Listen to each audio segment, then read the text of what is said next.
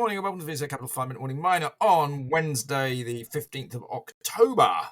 I must confess I'm heading down to Cornwall a little bit later today. I spend a lot of time down there, don't I, Ollie?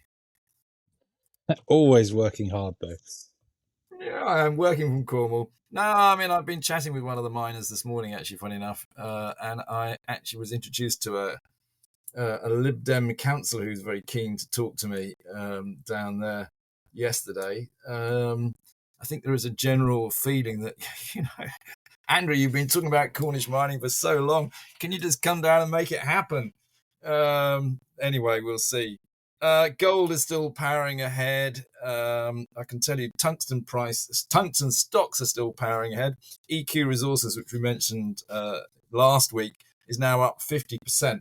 I must confess, I'm not a big fan of dealing on the ASX or the TSX, but I'll tell you what, that's where all the action is. Everyone in Perth is now a millionaire. Everyone in Toronto and Vancouver is now a multimillionaire. It's very sad that the UK just doesn't have the same sort of junior mining stocks that those countries have. We used to. Unfortunately, AIM has declined, shall we say. That's me being very polite this morning. Right, Ollie, why don't you talk us through the news today? There's not a lot, but you've got a few bits and pieces, I think.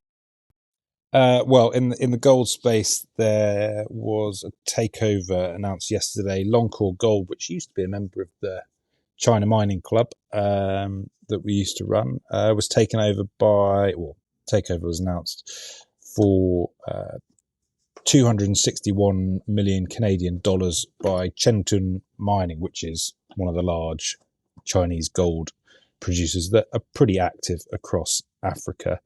Loncor has pretty big gold assets, relatively early stage in the DRC, in Gayu Greenstone Belt, which is close to Randgold's Kibali. They've got a multi-million ounce project over 2 grams a ton, and they produced a PEA a couple of years ago, which showed that at $1,760 an ounce gold price, they would get a NAV of $1.2 billion. So, the company's always highlighted how cheap it is on an EV per ounce basis, but it is actually up about 10 times over the last year or so, with the 33% premium that takeover at $138 a share. I mean, that valuation is all down to jurisdiction. It is in the DRC, so there are very few willing buyers for that jurisdiction. But with the gold market where it is, this is the time to sell a project like that. Yeah, I think you're right there, Ollie. I mean, it's something, again, we've talked a little bit in the past on some of these podcasts, and I'm going to drop it in yet again because that's me. But, some of the countries like Mali and Burkina Faso, which almost became uninvestable, like the DRC, as you just mentioned, actually suddenly you've got to start looking at them again. We know that Panthera, obviously it's a litigation play. We think it's incredibly cheap. You have a target price of 80p. They're trading at 18p in the market, so massive upside. But they obviously have some very interesting gold projects in Mali, and not high grade particularly, but absolutely vast and very low strip ratio. And these projects could be worth an absolute fortune, and someone will go and buy them. It doesn't necessarily have to be a Western company. It could, as you see, be a Chinese company who's very happy dealing over there. So just bear that in mind as well. Sorry, little red herring there on the side, Ollie, but carry on with your news. Well, just to say that, I mean, that 80p doesn't include anything for the gold projects. That's purely on the arbitration. Sticking with gold, Thor Exploration had Q3 production numbers out, 22.6 thousand ounces. So that was flat Q on Q and up 12% year on year.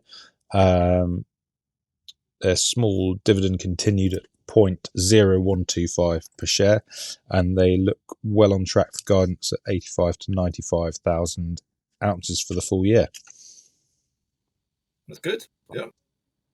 And Q3 update from Kenmare in mineral sands, which looks a bit tougher. They've highlighted that they will be looking towards the lower end of guidance HMC production was off 16% year on year, which was partly due to a scheduled reduction in output, as they are undertaking quite a significant expansion program, and that meant that they couldn't mine as much in this period while that's progressing. The shipments were also down 25%, and they have highlighted that because of the softening market, one of their key customers is undergoing a restructuring process and won't be able to take their contracted volumes for the fourth quarter. So they'll either need to sell that into the spot market, which may or may not happen in this financial year. So if that doesn't happen, they've said that shipments will be about the same as production. So not looking quite as good there, and obviously that license extension issue is still ongoing, so that'll be a wait on the share price until it's resolved. Okay, that sounds like that's the news for today. Maybe worth just finally as a wrap up, and again, you're going to hear a lot of this from us and me in the podcast probably for a few years. But clearly, some people are saying, are we in a bit of a bubble now for the mining industry? Actually, the bull market for mining, I think, will go on for 2 or 3 years, if not 10 years. Yes, nothing goes up in a straight line. So there'll be times when you need to take profits and stocks come back, and it could be quite harsh, but actually then fill back up again. And the reason being is very simple. There is a critical metals war effectively taking place, and a precious metals war effectively taking place between, for want of a better word, the new order of the East and the old order of the West. If you look back 50 years, that the Americans obviously used the dollar as their weapon, shall we say, to control the world. The Chinese are now using critical metals as their weapon to control the world. And it's going to last a very long time. Nothing goes up in a straight line, so sometimes it's right to take profits and look to get back in again. But this is going to last a very long time. And on that note, we'll call it a day. Thanks, Ollie. Back tomorrow. Cheers. This podcast has been produced and edited by VSA Capital. It is intended for information purposes and not as investment advice. The information is intended for recipients who understand the risks associated with equity investments in smaller companies. Please do your own research and do not rely on a single source when making an investment decision. VSA Capital may derive fees from this content and seeks to do business with the companies mentioned.